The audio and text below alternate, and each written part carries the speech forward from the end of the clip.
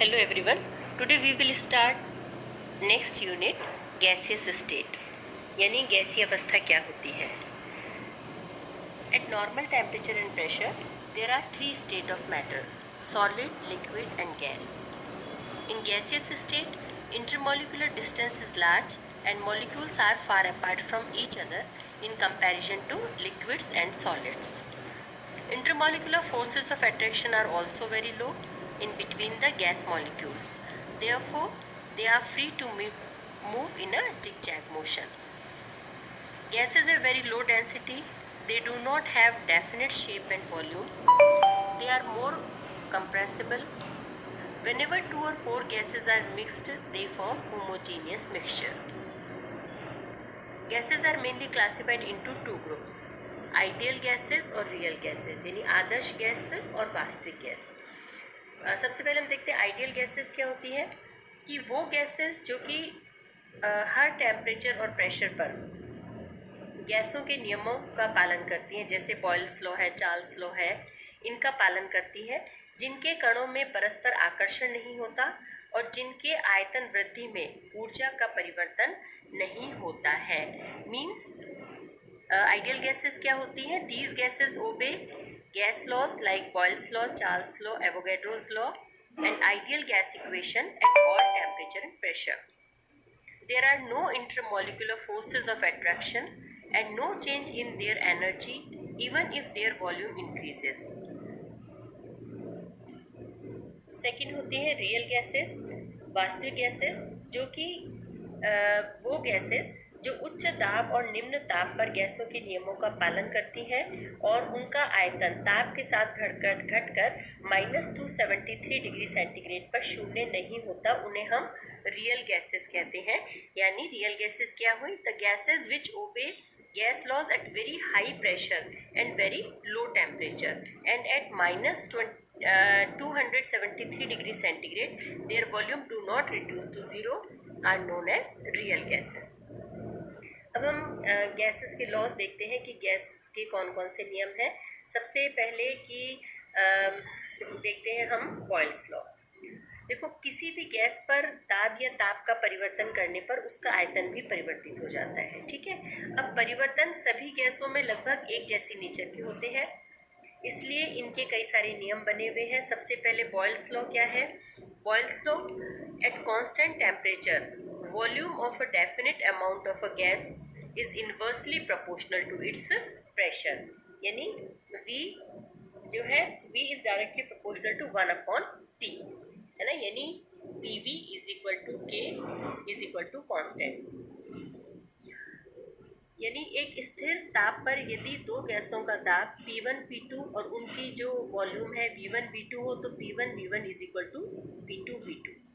और यदि निश्चित ताप पर किसी गैस के दाब और आयतन के बीच में हम ग्राफ प्लॉट करते हैं तो ये हाइपरबोलिक कर्व हमें प्राप्त होता है. ठीक है. इधर वॉल्यूम हो गया, ये प्रेशर हो गया, तो ये हाइपरबोलिक कर्व हमें मिलेगा. और स्थिर ताप यानी कांस्टेंट टेम्परेचर पर दाब और आयतन के बीच में जो कर्व है उन्हें हम आइसोथर्म्स यानी समतापी वक्र कहते हैं. उसके बाद में हम देखते हैं चार्ल्स या गैलुसेक का नियम क्या है. At constant pressure, the volume V of a definite mass of the gas increases or decreases with every degree centigrade increase or decrease in temperature. Means स्थिर ताप पर किसी गैस की निश्चित मात्रा का आयतन ताप में प्रत्येक डिग्री सेंटीग्रेड की वृद्धि या कमी करने से अपने 0 डिग्री सेंटीग्रेड के आयतन का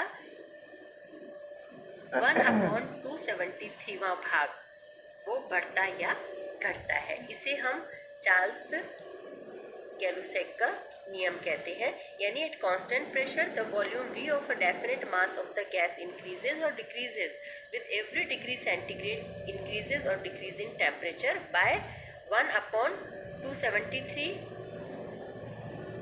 of its volume at 0 degree centigrade. Clear.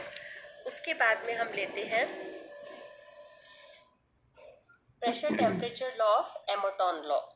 एमोटॉन law के अकॉर्डिंगली क्या है कि स्थिर आयतन पर किसी गैस की निश्चित मात्रा का दाब यानी P ताप के 1 डिग्री सेंटीग्रेड बढ़ने या घटने से अपने 0 डिग्री सेंटीग्रेड पर के ताप के 1/273 भाग से बढ़ता या घटता है। ये है आपका एमोटॉन लॉ। उसके बाद में हम लेते हैं next Avogadro law. Avogadro law क्या है? At constant temperature and pressure, the volume V of a gas is directly proportional to its mass or the number of moles present in it. यानी V is directly proportional to N. यानी V is equal to Kn. K is proportionality constant and depends on temperature and pressure.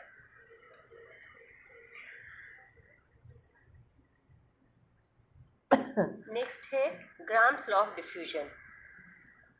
इसके accordingly क्या है कि प्रत्येक gas की प्रकृति है कि वो उपलब्ध आयतन में समान रूप से वितरित होने का प्रयास करती है। जैसे दो बल्बों को जिनमें भिन्न भिन्न गैसें भरी है एक नलिका द्वारा जोड़ा जाता है तो कुछ समय बाद दोनों बल्बों में एक ही कॉम्पोजिशन हो जाता है। ठीक है, गैसों के मिश्रित होने की इस क्रिया को हम डिफ्यूजन कहते हैं। यदि किसी गैस को उच्च ताप पर बारीक छेद में से गुजारा जाता है तो ये विधि जो होती है वो एफ्यूजन कहलाती है।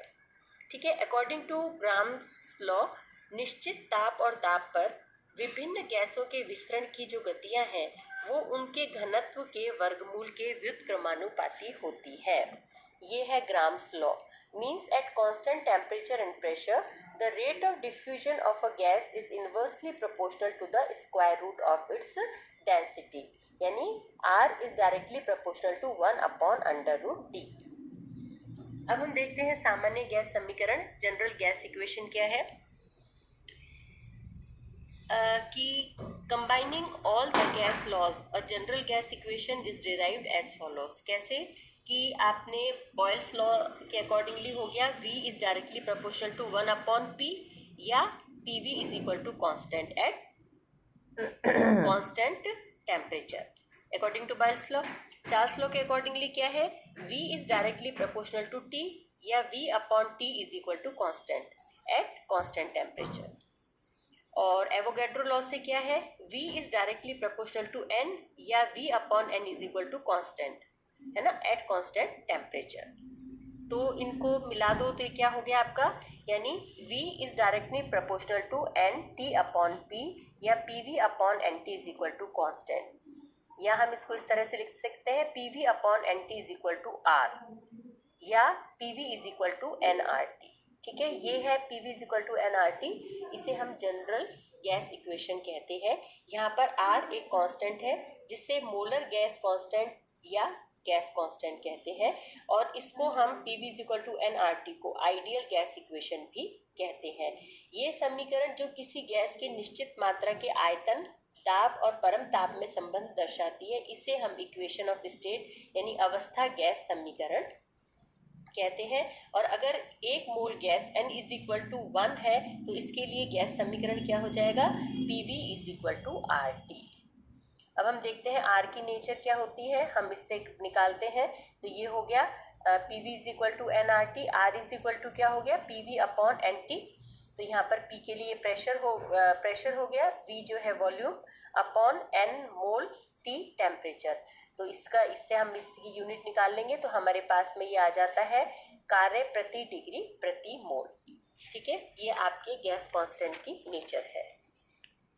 अब हम देखते हैं main postulates of kinetic theory of gases, यानी गैसों के अणुगतिय सिद्धांत के मुख्य अभिग्रही क्या है। फर्स्ट पोस्टुलेट है each gas is made of minute particle known as molecules. Molecules of one gas are similar but different from the molecules of another gases. यानी प्रत्येक गैस अत्यंत सूक्ष्म कणों से मिलकर बनी है। इन सूक्ष्म कणों को अणु कहते हैं। एक गैस के अणु समरूप होते हैं परंतु अन्य गैस के अणुओं से भिन्न होते हैं। ठीक है, सेकेंड पोस्टुलेट क्या है, गैस के अणुओं का वास्तविक आयतन यानी वॉल्यूम जो है वो गैस के संपूर्ण वॉल्यूम की तुलना में नेग्लिजिबल होता है। थर्ड, गैस के अणुओं को ठोस गोलाकार तथा पूर्णतः प्रत्यास्थ कण माना जाता है जिनमें न तो कोई आकर्षण और न ही प्रतिकर्षण बल होता है। कणों की पारस्परिक टक्कर में गतिज ऊर्जा की क्षति नहीं होती है। Means gas molecules are considered to be solid spherical particle which are totally elastic in nature. there are no forces of attraction or repulsion in between the gas molecules. There is no loss of kinetic energy in mutual collision. Fourth postulate है, gas के अणु निरंतर सीधी रेखाओं में चलते हैं, है ना, गमन करते हैं आपस में, या जो कंटेनर है उसकी दीवारों से टकराकर ये अपनी दिशा बदल लेते हैं, परंतु हमेशा अणुओं की और ये दिशा बदल लेते हैं, परंतु अणुओं के वेग समान नहीं होते। फिफ्थ, गैस का दाब उनके अणुओं के पात्र की दीवारों पर किए गए प्रहारों यानी जो हिट कर रहे हैं उसका परिणाम होता है। The pressure of the gas is in fact the result of the collision of the gas molecules on the inner walls of container. Next, अणुओं की गति पर गुरुत्वाकर्षण का प्रभाव नगण्य होता है, यानी effect of gravity is negligible on the velocities of the molecules. और लास्ट है, गैस के अणुओं की औसत गतिज ऊर्जा गैस के परमताप यानी एब्सोल्यूट टेम्परेचर के समानुपाती होती है। इसीलिए अणु की औसत ऊर्जा गैस की प्रकृति पर निर्भर नहीं करती है। Means the average kinetic energy of the gas molecules is proportional to the absolute temperature. The energy and velocity of all the molecules are not same. That is why the average energy and average velocity is taken into account. ठीक है, अब हम इसका देखेंगे derivation कि अणुगति समीकरण की व्युत्पत्ति यानी हम इसको कैसे निकालते हैं, काइनेटिक गैस इक्वेशन जो हम कैसे डिराइव करेंगे, ये हम नेक्स्ट लेक्चर में देखेंगे। Okay, thank you, have a nice day.